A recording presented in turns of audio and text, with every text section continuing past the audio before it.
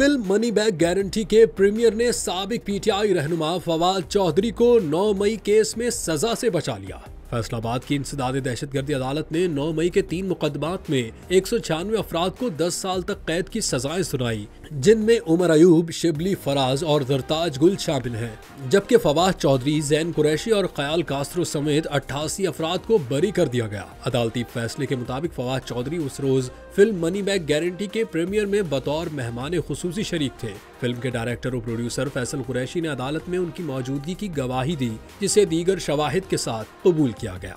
यूं यह साबित हुआ कि वाक़े के वक्त लाहौर में मौजूद नहीं थे। फवाद चौधरी ने फैसल कुरैशी का शुक्रिया अदा करते हुए कहा कि उनकी गवाही और दस्तावेजात ने उनकी बेगुनाही साबित की। उन्होंने अपने वकला, खास तौर पर अली रामे, मियां अली हैदर और नजीब फैसल चौधरी का भी शुक्रिया अदा किया।